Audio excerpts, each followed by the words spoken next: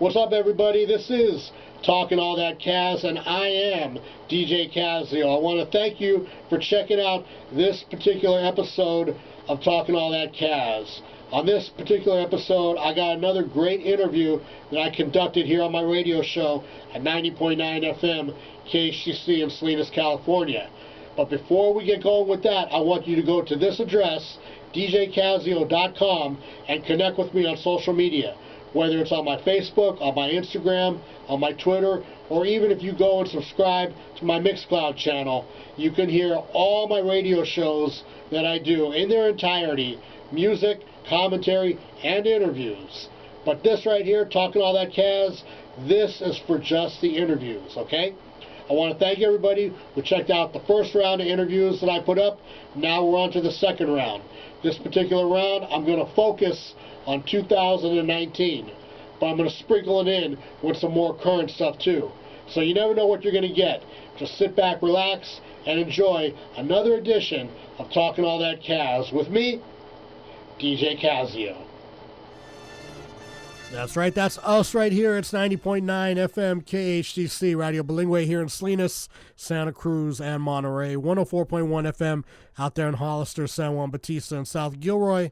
And on the World Wide Web at WednesdayRec.com. That's right, yours truly, Kazzeo, right here. Yes, and Mr. Escobar. And we got a very special guest joining us on the line tonight, all the way from the northeast city of Boston.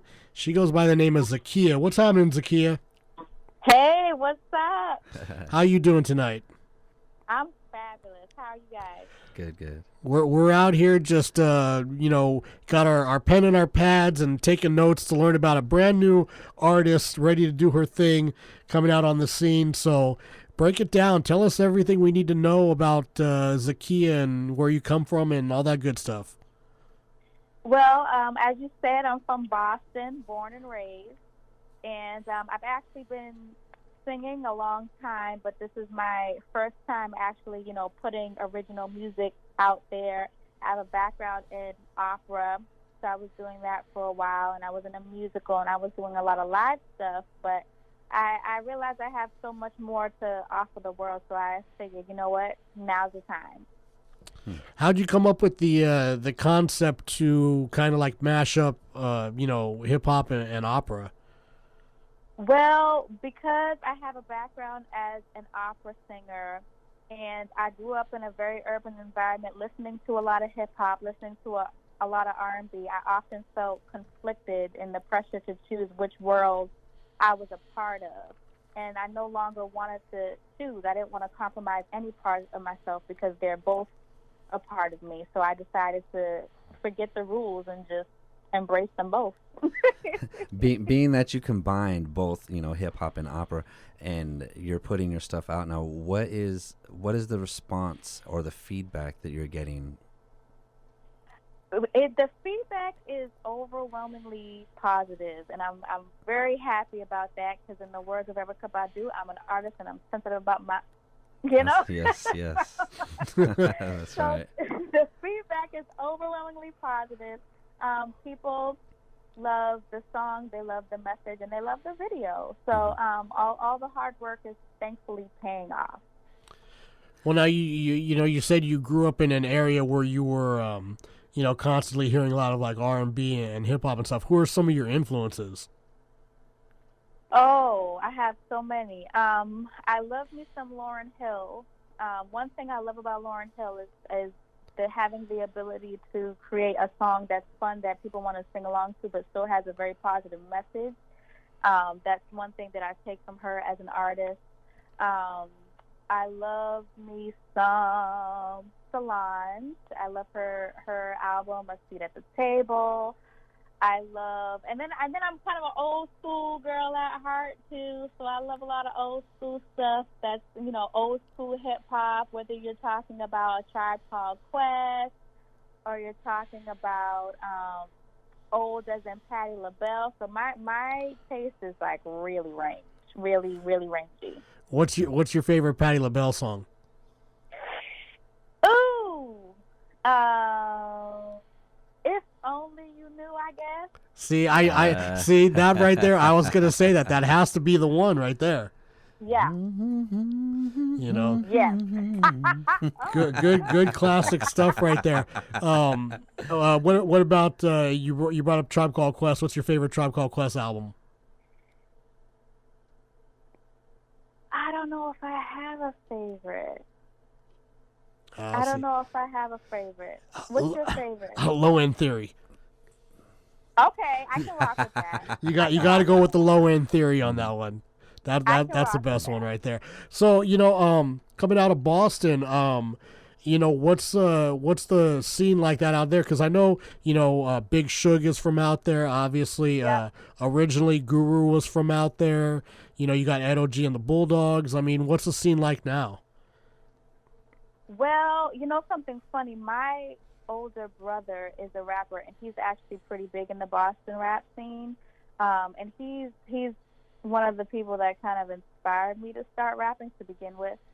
And the rap scene here, the underground rap scene is pretty good. There's a lot of talented people here. Sometimes it's really difficult for people to, push through the noise, but I feel like that's pretty common today anyway.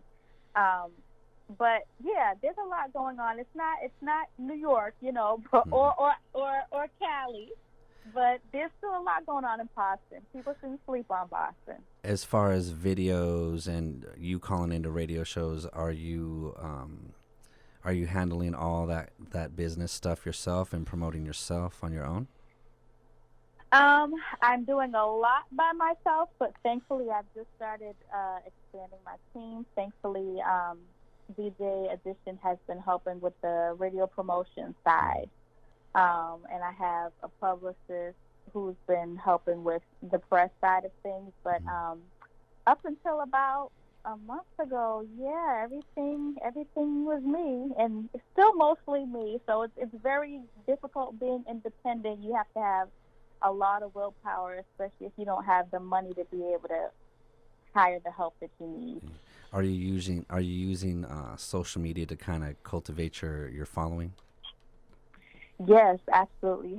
Social media is so important today, online presence in general, because, gone are the days where, people are going to clubs looking to discover people. I mean, that does happen every now and then, but more often than not, people find you online. Yeah. So. Yeah, I mean, it's definitely a gift and a curse because, a lot of new artists. I'm not in any way speaking of yourself. I'm just saying a lot of new artists. They kind of think like, the internet is so big. All I gotta do is put my record up on the internet, and that's all I gotta do. And they don't want to, they don't want to set up interviews. They don't want to record drops. They don't want to do this, that, and the third, and all the stuff that it takes to build long-lasting relationships with radio. So, I really appreciate you making yourself available to do stuff like this. Oh, no, of course. It's my pleasure. I appreciate you guys offering me the opportunity to do this. I don't even understand an artist who would turn that down. I take up all the opportunities that I can. I'm grateful. Yeah, you when I heard you on the conference call a couple weeks ago, you were mentioning that you were trained in opera. I mean, when did you start singing opera, and how'd that come about? Well, the funny thing is I had absolutely no interest in opera growing up. And I was trying to audition for my high school, Boston Arts Academy. It's the only performing arts high school in Boston. And I was looking for a voice teacher to help me with my audition. And the voice teacher that I found wound up being an opera singer. And I remember my very first lesson with her, she was walking around the sanctuary singing all operatically. And I was like, "You sing opera?" She was like, "Yep, and you will too." And I was like, "Eh." And then that was 8th grade. And then by the time I started 9th grade, because I had been taking lessons with her, everybody started calling me an opera singer. And my voice teacher at the high school recommended me to be in an opera. So then from there, slowly but surely, I just started to embrace it, and it became a part of my identity. Are you comfortable with giving us maybe 8 bars in some opera?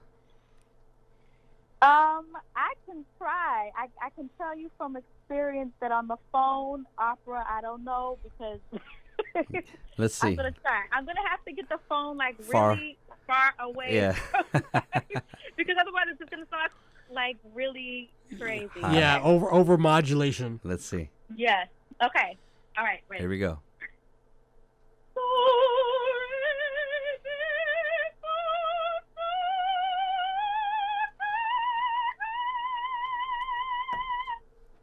I don't know if you can hear Wow, she got skills, Wow. man. Fa sol la di do, huh? That's that's skills right there, man. So That's that workout exercise right there. exactly, man. Exactly. that. I just said do re mi fa sol la ti do. You know. Yeah. Okay, you want to hear me do it now? Let's see. Yeah, Let's see. no, that's okay. That's okay. That's not gonna happen. But hey, real quick, if people want to catch up with you and what you're up to, what are your social media contacts? Yes. So on Instagram, I'm at Zakiyyah_official. That's ZAKIYYAH_official. And then on Facebook, I'm at Miss Zakiyyah, MISSZAKIYYAH. Is there a meaning behind your name, or is it just a name? Yes, my name is Arabic, actually. My dad put a lot of thought into it and a lot of research. And it means one growing in purity and intelligence. Nice. See, she's too smart to hang out with people like us. I know, right? I mean, we our names are just our names, you know. That's it. They got no meaning, Yeah. you know. Well, hey, you know what, Zakiyyah, I really appreciate you taking the time to call in tonight. We're gonna jump into Shades of Black, aka Hip Opera. The video is available now on YouTube, so go check it out. And you know, hopefully on the next project you'll have a minute or two to give us a call again. Absolutely. Thank you guys so much for having me. All right, we'll talk to you soon, okay? All right. Take All right, care. peace. Peace. As your ears consume this opera mixed with rap, it's hip hop.